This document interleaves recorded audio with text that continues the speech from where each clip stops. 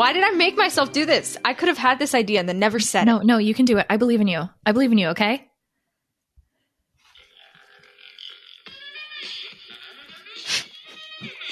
I want to die. Wrong. No, I can't fucking do it.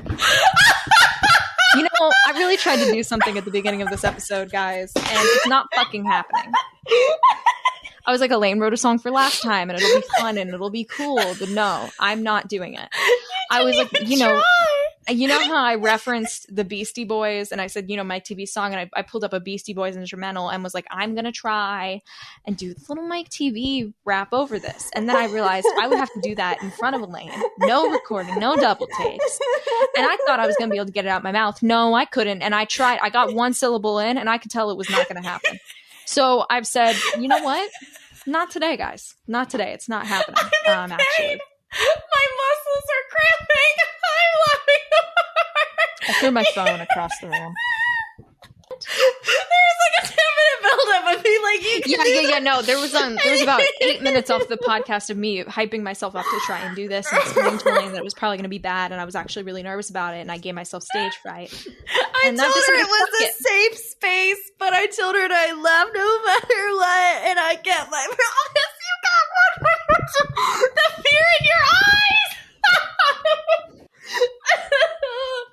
eyes. We can't all be Beastie Boys. We're talking about Act 2 of the Charlie and the Chocolate Factory musical, the superior act of the musical. Should we do like a mini Wonka Watch? I know there's nothing, but I do have. Oh, sick! Okay, I do have something. Yay! A long time ago, Elaine, I texted you asking you to fill out a Charlie and the Chocolate Factory Mad Libs. Yes, and I've decided I'm going to use it today. I'm going to call in this like get out of jail free card essentially that we've set up, and I don't remember what this was or what you wrote, so we're going to get in here. If anyone wants to contribute, we are working on a listener-filled Wonka Mad Lib. So just if you email us any word or Instagram DM us any word, we'll put it in there. But I did get Elaine to do one a little while back, and it was really aggressive the way that you asked me to do it. Also, I just put in like noun, and I made you respond to them. Well, no. You were like you were like noun, and then 3 water gun emojis. Did I? Yeah, you did. I was like, oh, I'm at gunpoint. Okay. And then did that for like the next 5 minutes. Do not remember that. Oh, it was the time. So you filled out Mr. Wonka's Factory by Grandpa Joe, but I did cross out Grandpa Joe and write in Elaine Best. Oh, shit. Okay. Let me tell you the incredible true tale of Willy Wonka's refrigerator factory. It is gigantic. In fact, it is 6 times bigger than any other chocolate factory in all of the Gap. And Mr. Willy Wonka is the most voluptuous chocolate maker the world has ever seen. He can make everything out of chocolate, even a crusty pool noodle. Once he made a huge chocolate balloon for an Indian prince to live in, but it melted, covering all the goo clusters in chocolate. But as magnificent as Mr. Wonka is, there's something very strange about his angelic factory. You see, no gargoyles ever go in, and no gargoyles ever come out. And then I did write above here, alt whores. So I guess you also suggested whores for this and said no. I did, yeah, and I think I was afraid you would say no, so I provided a backup. So you would have said, you see no whores ever go in and no whores ever go out. That's because a long time ago, spies from other factories began to sneak in and steal Mr. Wonka's smooth recipes. Now nobody knows who or what is making Wonka's beefy chocolates. It's one of the most bonkers mysteries of the chocolate-making world. And that's the end of it. So, God, I loved that. Act 2 of the Wonka musical. The preferred portion of the musical. The musical. This is a fever dream. This second half of the musical. Bonkers. Okay, so Wonka brings them all into the factory and starts doing a security bag check of all of the entrants, which I did really enjoy during his song Strike That, Reverse It, which is a play off like the Gene Wilder bit where just Wonka says things in the wrong order all the time, so the song is him doing that. It's a fun song. This was silly. Pretty high on my ranking. He pulled, what? Did you figure out what he pulled out of Violet's bag? He pulls something out of her bag and screams and throws it across the floor. And it did tickle me. I did think it was quite funny, but I don't know what the fuck it was. I'm going to assume it was gum, but I don't know. Maybe my other version somewhere, maybe we have the view. I was thinking it was like a Furby of some kind because it made some noises or something. That. Oh, Jesus. But I wrote out of Violet's bag and scream so loud, and then I just wrote, I'm obsessed with him. I just love him. Then he's like, we have so many things to do, and we have so little time to do it, but I am going to critique Mrs. TV's fashion because she looks shitty. And it was wild. Oh my God. He was just like, you look like you came out of 1942. Wow. And it was oh, and this is the same time when Wonka gets out a hammer and bops. Augustus. So Wonka's at a reception desk of some kind, calling them all up, and Gloop keeps ringing the bell, and Wonka keeps going, stop that, and then he pulls out a cartoon hammer and smashes his hand, and it did make me laugh really hard. It was so good. Chaos! He gives Mr. Salt a medical exam with a stethoscope, which was wild. And then this is when it's revealed Violet starts talking about Instagram, so that exists in this world. So this is like modern day. Oh yeah, they talk a lot about her followers and stuff. Instagram, Twitter. She's basically kind of like a JoJo Siwa figure. That's kind of how I would describe it. Yes. I do like this Wonka because he really just says it, because he's like, don't take gum in my factory because it's fucking disgusting. He goes, it's disgusting. Don't take it in here. And then Wonka's factory is also alcohol free, which I just think is interesting. And he's like, Miss TV, you can't take that drink in here. And she's like, oh, it's lemonade. And then he takes a sip of it, and it's so strong that he immediately starts singing Whitney Houston. It was fucking insane. I think I might try and find the audio clip of this and put that in right here, because I was not expecting that.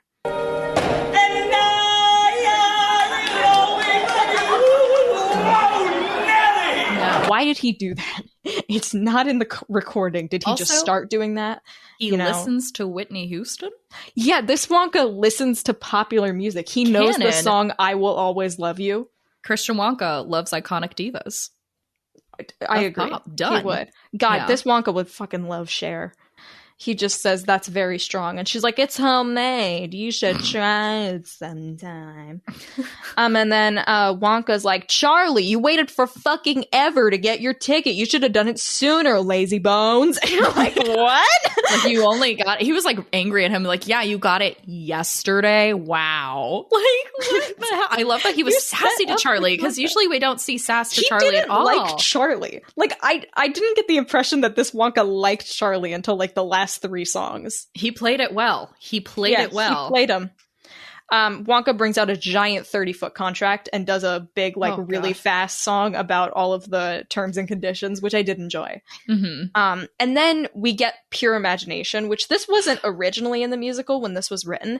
And I understand why it wasn't, because tonally it does feel kind of off from the rest of the musical. It's like, this feels different. You know what I mean? I like that Christian Wonka can sing, so I don't care. It was very beautiful. It was very beautiful. It was beautiful. He helps all the kids from sitting down. He offers their hands, and then Augustus Gloop puts his hand up for help, and then Wonka just takes his hand and kisses it and does not help him up, which did make me laugh really hard. I love that so this Wonka's physical comedy is unlike any of the other. Like, this is the funniest Wonka. I don't hands down funniest Wonka. So we get to see the chocolate room. He does say he makes peeps. So that's interesting that Wonka just makes peeps in this universe. Wow. He also made milkable cows to make milkshakes. I will say the joy on this man's face showing people his chocolate room was palpable, and it made me pretty happy. I was excited for him getting to show people. He was so excited about this chocolate room, and it was pretty cute. So, I enjoyed that. You thought it was cute? I mean, more in not in that sense. Felicia and Christian Wonka in the chocolate room. I don't think he's cute, Elaine. K-I-S-S-I-N-G. I don't think he's cute, Elaine. I think he's sexy, and those are two different things.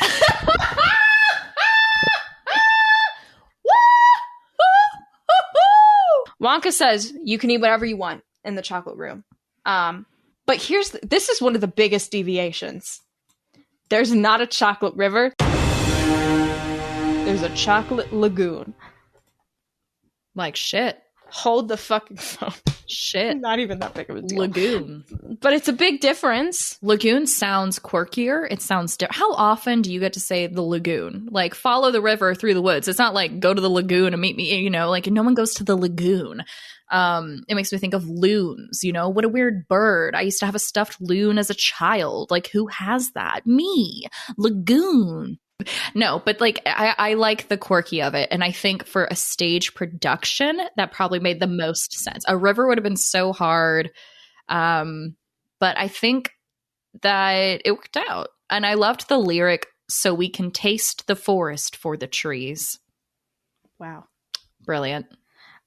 This Wonka, I will say, does give the most explicit warning by far about the potential death of Augustus Gloop. So there's the big chocolate lagoon, and he's like, "Don't go in there or drink it. You'll tarnish the candy.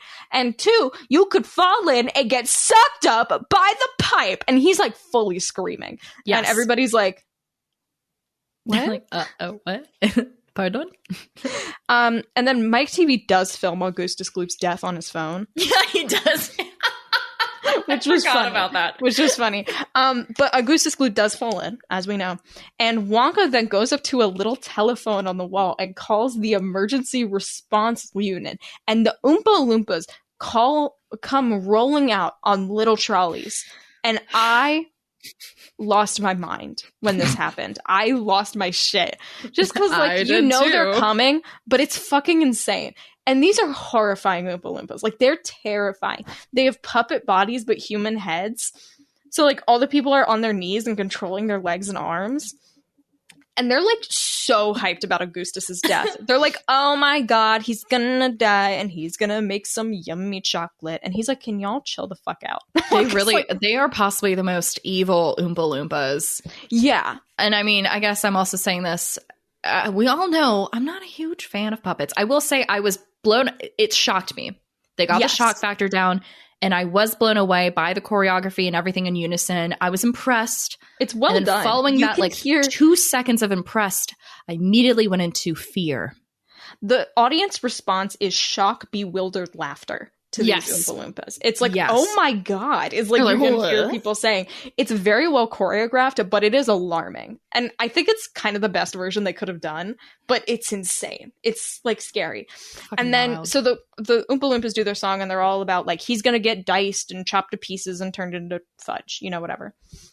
And then Wonka does come back in on a push trolley, which made me laugh so fucking hard. That was fucking hilarious. He comes in going so fast on this push trolley. He's like, it's insane. And then Wonka's like, yeah, he's gonna be turned into fudge. And he's so much more upset about the machines, because he's calling the Oompa Loompas and he's like, "Can you fish him out? He'll get caramelized." And everyone's gasping about that. They're like, "Oh my god, he'll be caramelized." And Wonka's like, "I know, bones in the toffee, it's disgusting." And it was he's like, "Why doesn't anyone care about my machine?" He's like, "It's always about Augustus and never about me." And that's a line he says in this musical. It's insane. He's so fun. I wrote, "Wonka puts the Wonkas them through airport security." What? What the shit? What? I just there's a glowing doorway he uses, and I thought it was like an airport security metal detector. Oh, same. Okay, yeah. This is where they had to get very metaphysical about the whole thing. Yes, because there were some parts within the set design where I guess it would have been impossible to do this. I'm not sure. And it's when it was interesting. Yeah, I do have a bullet point right after the Oompa Loompas. All caps. The puppets. Heads. Puppets. Heads. What? Heads. Scared feet. Heads. And then the next bullet point is, I shouldn't be sober for this. So then Wonka comes out in the lab coat in the mixing room. So there's not an inventing room. There's the mixing room. This is fucking insane. I'm going to put in an audio of this. The way he comes out. The mixing room. This is where I mix all the fruity essences that go into my flavors. He comes out all hunched over like this mad scientist, and then he's like, "Didn't I scare you?" He has so many good, terrifying one-liners in this entire room. Like, he's so good. And he says, "If you talk, you die," which is a real thing he says. He says, "If you talk, I will kill you." Yes. He goes, and then he tells Charlie, "Look over there." He tells everyone at first, "Don't touch anything. Don't talk about anything outside this room. Don't touch anything. It's really dangerous." And he tells Charlie to look in a window. Charlie looks in the window, and then he yells at him, "Don't touch anything!" And the first rule of chocolate making is to trust no one. It's fucking insane. And he goes on to talk about all the different things he's mixed, and they're like, "What?" And he goes, "I mixed a bunch of bananas with uranium." And I was like, "What the fuck?" I'm like, "Wait." Yeah, and he said his reasoning was to try to make a lollipop that you could eat and charge your phone with. And then he brings out a glowing light bulb and he's like, isn't this beautiful? It was a complete waste of time. And then Charlie's like, no, it's a great idea because you could light things up and people could see things in the dark. And he's like, that's a fucking terrible idea. It's way too practical. And then he goes over to the phone and puts a patent on it. Yeah. He's like, put a patent on that immediately.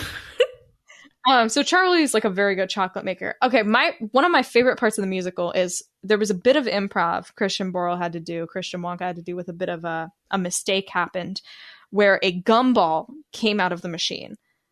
And he was telling them about this gumball he invented, and it like pops out of the machine and he's supposed to catch it, but he doesn't catch it.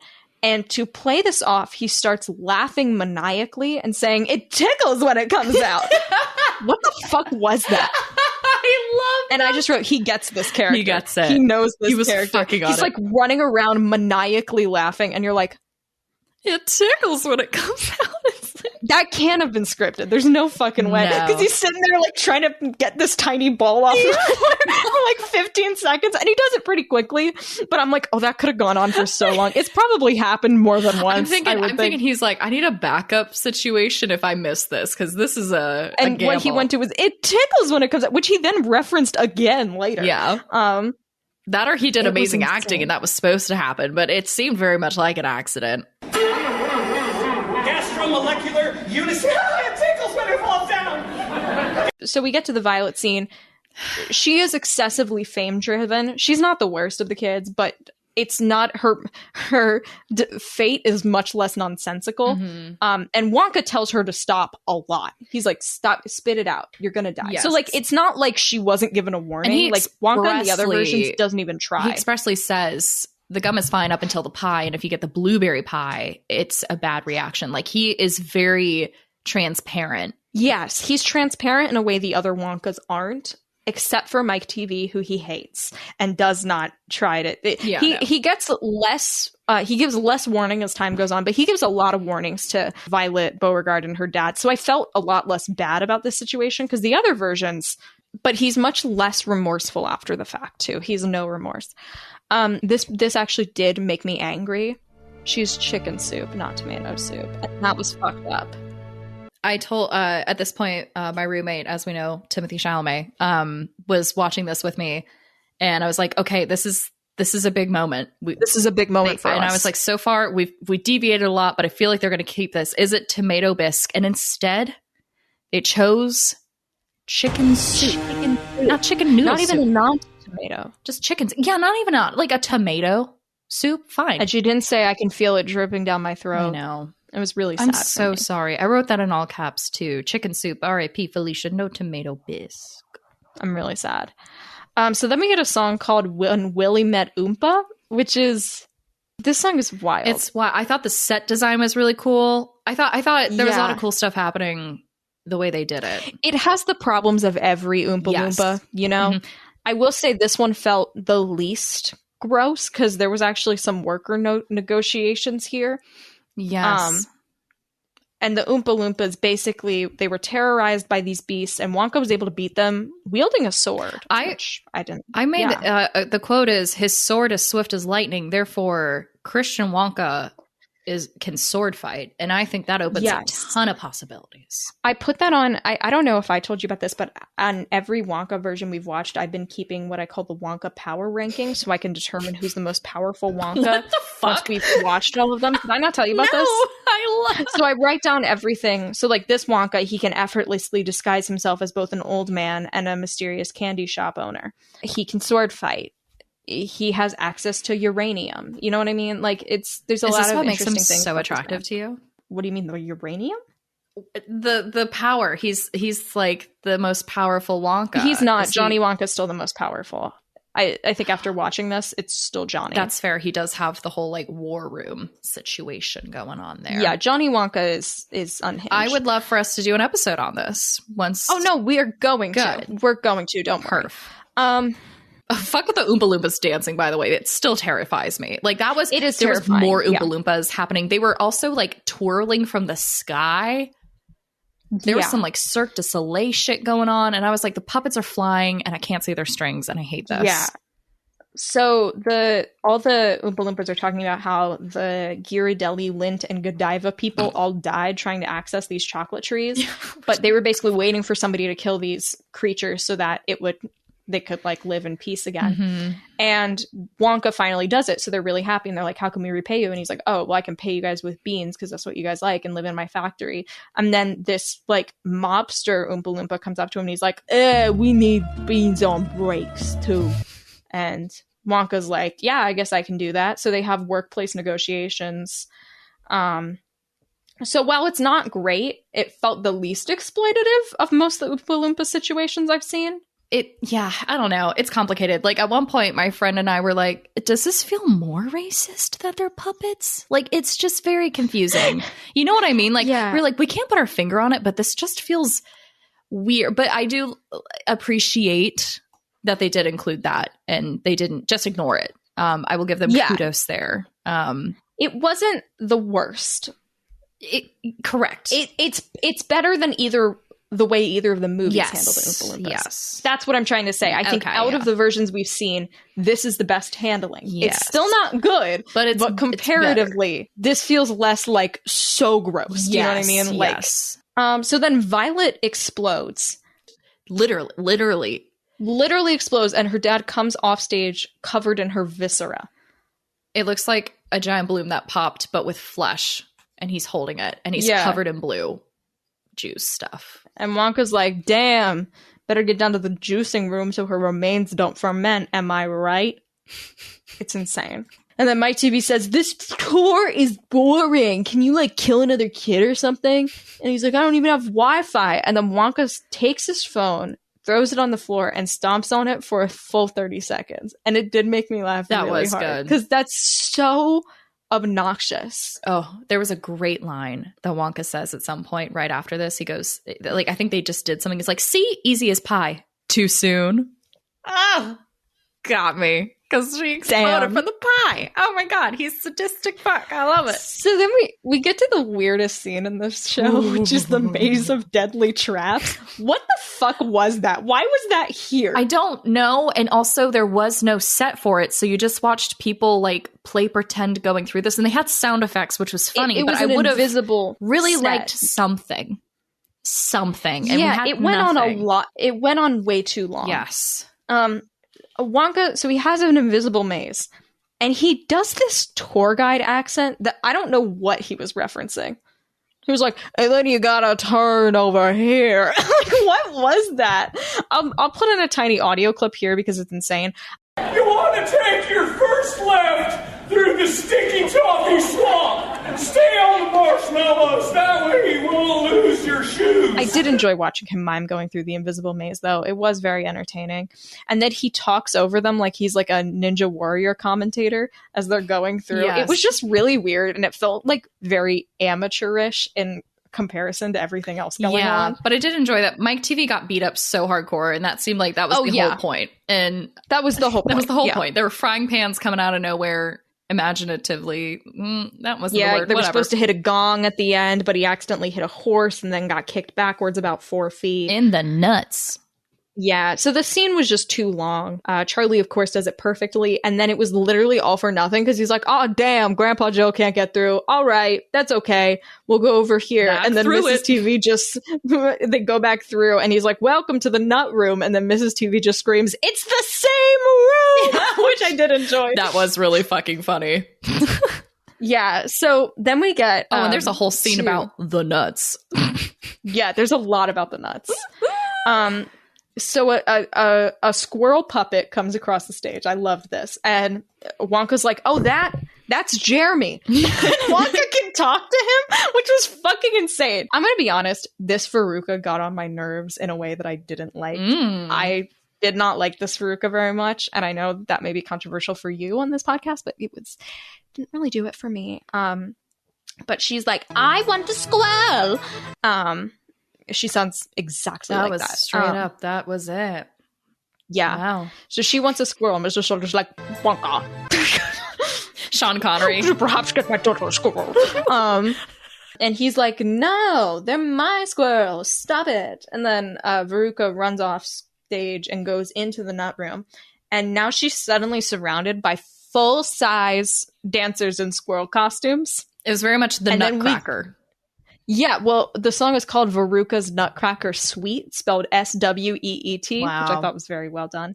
And then we get Veruca's Death Ballet, which was actually really scary. And this is when a kid in the audience went, they're going to do something bad to her.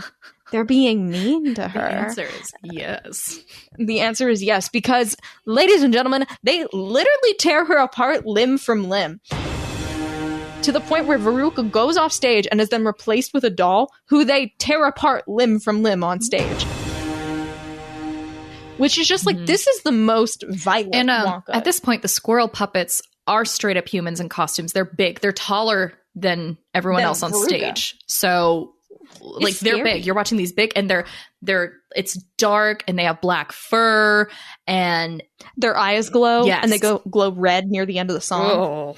Oh. That's the most gruesome death. I don't know. I mean, because Violet explodes off stage. I think Russian Veruca has the most violent death, which is kind of why I loved it. Yeah, because I'm me.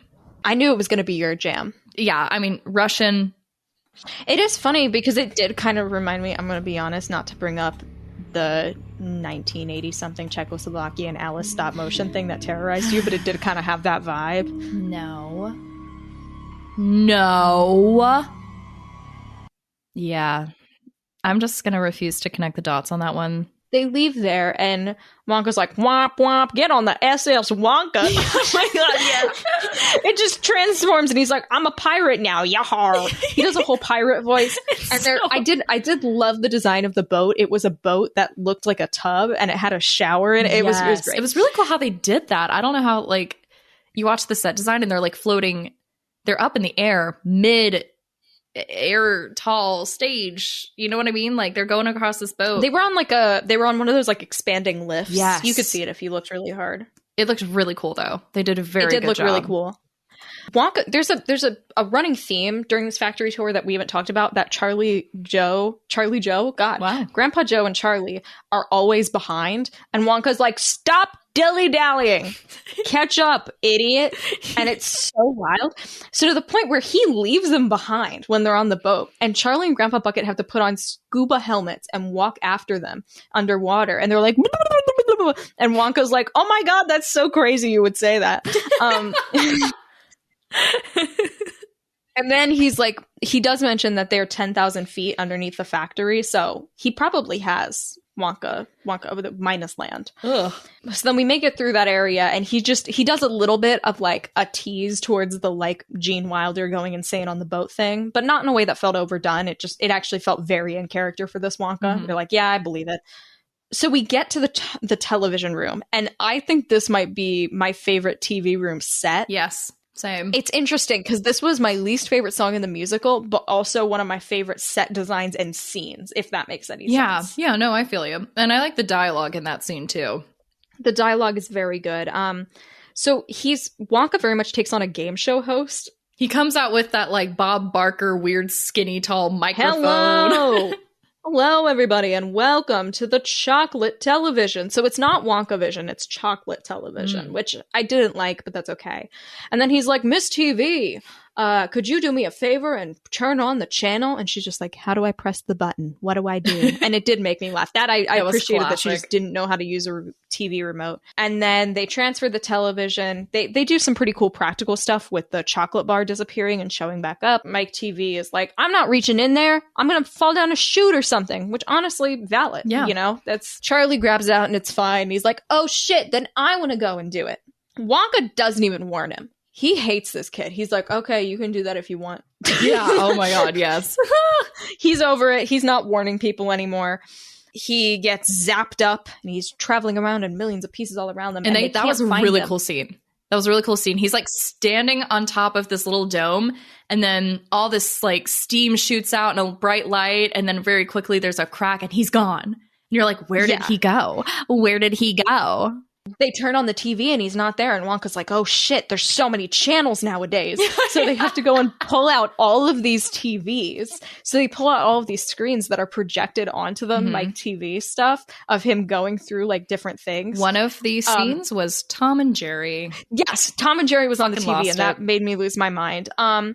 So they put him on a bunch of screens. Wonka is laying on the ground, kicking his feet in the air while he's changing the channels. And I loved that. I thought that was great. This song does make a joke about ADD that I was like, but it didn't ruin it for me. I think the Mike TV thing is always awful because now it's like kid on phone and phone bad. Look at phone, yes. stupid phone bad. And it's like, come on, we can get a little bit more. I know. Because he's like, can we talk more about his ankle monitor shit? Because like he was smart enough to There's a lot more problems than that he's on the phone. Yeah. Like what the fuck did he do to clearly very intelligent. What kind of child he's needs just an ankle annoying. monitor? Yeah. Yeah. Yeah. The problem isn't that he's dumb because he watches too much TV. There's different problems with Mike TV. Like there are other issues. But Mike TV runs between all the different screens, which was actually 6. So it's funny because the song was awful, but it was the best staged song in the musical, I would say. Mm-hmm. The song is called Vidiots. It's terrible. I don't recommend it. It was at the bottom of my ranking, I think right above Mrs. Bucket's dead father song.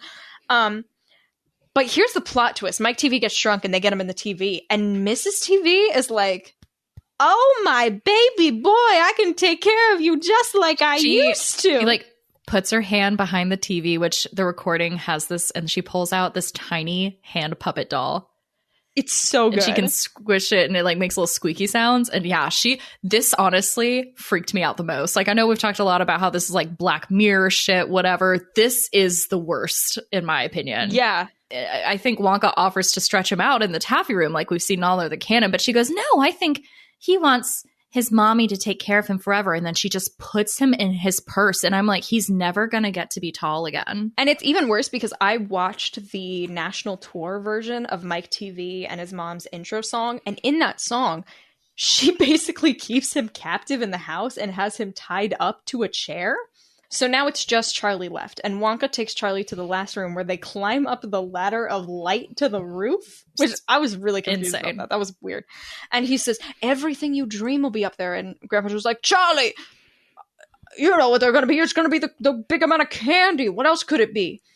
And then Wonka, they go up and he's like, it's a blank room. And Wonka's like, I come up here every night and I draw in a notebook to come up with ideas. And then he does the shittiest thing. He's like, you all need to go home. I'm done and I'm tired and I'm bored. This tour was a fucking disaster. And then Grandpa Joe's like, wait, but what about the lifetime supply of chocolate or candy? And then Wonka gives the kid an everlasting gobstopper, which, damn. And this is when the fight breaks out. Yeah, so then Grandpa Joe's like, are you kidding me? The boy deserves more than that. And then Wonka dramatically whips up his coat and they go in like the old-timey boxers, put them up position to each other. And Charlie's like, guys, we don't have to fight. That was so creepily accurate to his voice. Thank you. Wonka's like, oh, I'm sure you're right, Charlie. All right, Grandpa Joe, let's go in the other room and sign some waivers and shit. And you never see Grandpa Joe again. You never do see Grandpa Joe again. And you don't know what happened. I mean, you do know what happens. You explicitly do know what happens. He does say what happened to Grandpa Joe later. You don't know what happened. All right, Elaine. So he's like, don't touch anything, Charlie. And then Charlie, of course, grabs Wonka's ideas book and looks into it against his instructions. And he looks at a few of them and he's like, oh, okay, whatever. And then he starts writing his own ideas in the book. I will say, this Charlie would definitely turn into this Wonka. God. Like, it makes sense. Like, they really make sense. Yes. Charlie starts writing ideas in the book himself, and he suggests in this fizzy lifting drinks, which I thought was really interesting, that he suggests that. So that was a fun nod.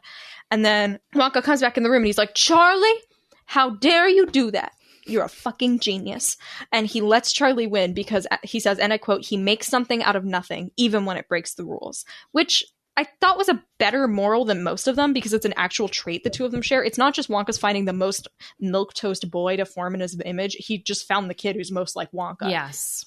So, like, this is the only version that really takes that approach, which I kind of appreciated. And it's hilarious that he won because he broke the rules, essentially. I really liked that kind of I thought it was nice. Yeah. I think they were like, hey, this moral's kind of weird. We got the final song, The View from Here. The glass elevator comes out of the round, and Wonka's like, I haven't used this in years, and I don't know if it works. Why don't we push the button? Wonka does mention going to space, and I was like, oh my God, I want a Christian Burrell version of glass elevator. And then I said, this Wonka's an awful person, but God, can he sing? The View from Here it's a pretty good final number. And it's really cute. It's a really cute really scene. Wholesome. They tour the world in the glass elevator for perspective, and then Wonka takes his top hat off and you get a receding hairline jump scare, which was a wig. Yes. I did learn it was a wig. Okay. I was curious. He takes off the top hat and you're like, oh, Jesus. It just, you're not he doesn't look like somebody who would have a receding hairline. He's just like, some people, like, you're like, oh, you're going to have a full head of hair for a while. Yeah. You look at that man, you're like, oh, he's got a full head of hair. And you're like, oh, it's frightening. And then he's like, I'm a lot older than you think I am. So I'm like, is that what they're trying to do? What? But I will say, Christian Wonka's like, I love my factory so much. And I was genuinely getting sad for him. Yeah. I really believed he loved this factory so much. Yes. And he's like, you know why I'm giving it to you, Charlie? And then he pulls out the letter that Charlie sent via paper airplane earlier. So he planned this shit from the beginning. And then Charlie goes, Wonka, I can't accept. Just kidding, LMAO. And I'm like, God, they're made for each other. Just like each other. Wonka, I will say, this Wonka is weird because he's both the worst person and the best Wonka. Yes. Like, I don't know how to describe it because he's a terrible person, just a real dick. But then also was like, oh yeah, I already made the whole top floor of the factory into a personal penthouse for your parents and moved everybody in. And I gave Grandpa Joe his old job back that he really wanted and everyone's really happy, which was really nice. And also it's funny because they imply that Charlie is better at being a chocolate maker than Wonka is. Chaotic. Because Wonka at the end is like, hey, I'm going to go make the gobstopper. And he's like, you know what would make it even better? And Charlie's like, a marshmallow cream center. And then Wonka says, I was going to say cheese, but I think your idea is better. And it's like, what? So cute. And then the show's over. But Charlie like goes into the factory and he's like, I'm a real chocolatier. And then the Oompa Loompas do a freaky little tap dance and then the show's over. When they do the curtain call, when Charlie comes out, he's wearing a little Wonka suit. I missed that. That's so cute. It's so cute. I was like, aw. I really like a lot of what this musical did. Yeah. I really enjoyed a lot of it. Kind of in a way pisses me off because I really wanted to hate this. No, I genuinely had a great time watching it. Was so fun. Dark Wonka. We finally got it. This is the closest we're going to get, and I fucking loved it. I love that we got Dark Wonka. If you want unhinged Dark Wonka, go ring up Mr. Christian Wonka. He does birthday parties. He does funerals. He'll fill it in for you. My top 5 songs were Believed to Be Seen, More of Him to Love, Queen of Pop, Strike That, Reverse It, and then The View from Here. Wow. And then my bottom 5 were the first song that Charlie Bucket sings, Willy Wonka, Vidiots, Charlie, You and I, If Your Father Were Here, and then A Letter from Charlie Bucket. Yep. Those bottom 3 songs, those songs are terrible. They're terrible. They're so boring. God, the letter one, I forgot about how stupid that one is. Yeah, my power ranking, I here's what I had for Christian Borle's power ranking was that he can, not Christian Borle, Christian Wonka. Slip with the tongue traits that the dude has. He can effortlessly disguise himself as different people. He's the owner of Wonka franchise stores, and he's not just selling candies to other stores, so he's probably richer than most of the other Wonkas. He can do the bird egg thing, which is a big thing in Johnny Wonka's favor. He's a child who's literally obsessed with him, who would do like almost anything for him. He is like a little minion, basically. Yeah. But he has not invented never melting ice cream because Charlie suggests that. It's Fickle Grubbers, if I recall, so... Yeah, I will say, well, no, it's not Fickle Grubbers because Fickle Grubbers stole the idea from him. Well, finders keepers. So he's a fashion icon. I put that in his power ranking. So he has access to uranium. He can wield a sword. He was able to make an invisible maze of traps, and he can talk to squirrels. So I don't think he's not at the top of the power ranking. I will say I do think he's above Gene. Yes. But I think it goes Gene, Christian, Johnny, Tom and Jerry Wonka is at the fucking bottom. That man can do nothing. He's just so annoying. Yes. And we'll have to see. I think Timmy's going to land pretty low because I feel like he's going to be a little more grounded than this. Yeah. We actually liked something. That hasn't happened for a while. Gosh. I don't think that's happened since like the Mark Sweet shit. Jesus, you might be right. Yeah. Going through media. And enjoying it? Who are we? Are we just so beaten down that we'll take anything at this point? No, I don't think so. I mean, I was against this since the beginning, so the fact that I was won over was pretty impressive. We're definitely going to need you guys to watch it and let us know, because I mean, tell us, is this, do we know, are we blinded? Do we have a baseline anymore? You know, Have we had such terrible experiences that now we're like, oh my God, this is amazing. And it's like, girl, you ate shit yesterday. Of course you think this is amazing. You know what I mean? Like, well, speaking of eating shit, prequel predictions. I think that there will be a strong cello presence in one of the songs. So you've done this with oboe, and now you're bringing in cello. Yeah, but like a strong cello. Are you just going to name every instrument? No, I said there would be an oboe solo. Okay, this is a strong cello presence. Okay, I can go a little more. I can try something else. I can try harder. I think there's going to be a fish that jumps out and slaps someone in the face. Wow. Holy shit. If that happens. Dude, if that happens, can that be like worth 10 points? Yeah. Okay. No, that's worth 10 points. I'm going to predict that Wonka in the new movie will use a wall-mounted telephone, and there'll be a split screen with him calling someone. That's gorgeous. I got a little excited for the movie again. I don't think we really stop and talk about the actual Wonka movie. Like, sometimes I kind of don't accept that it's happening because it just feels like far off and not real. But like, I think I have to admit I'm excited for this movie now. Jeez, I hope you are. I would hope so. Gotta be sad if I wasn't. It has to be good. Don't fucking let us down, fucking God. Paul King, if you let me down, we will have my Wonka well. We will have a Paul King episode about you. We will tear you to shreds with our platform. Name's King when he can't even direct a good movie. Except for Paddingtons, those are the exception. Paul, more like push. What? Like a push and Paul door? Like, it's a joke that that is the worst roast I've ever heard in my life. That was a yoga class because it was a bit of a stretch, but thank you everybody for listening to this episode of Wonka Watch. If you want to send us an email, tell us your thoughts and opinions. Did you see this on Broadway? Because if you did, we want to hear it. Please tell us everything. You can email us at wonkarapture@gmail.com. You can interact with more of our content on TikTok and Instagram at Wonka Watch. Elaine, do anything else? No, I just want to let you know it's really not that important. It's really not that important. Bye. Bye.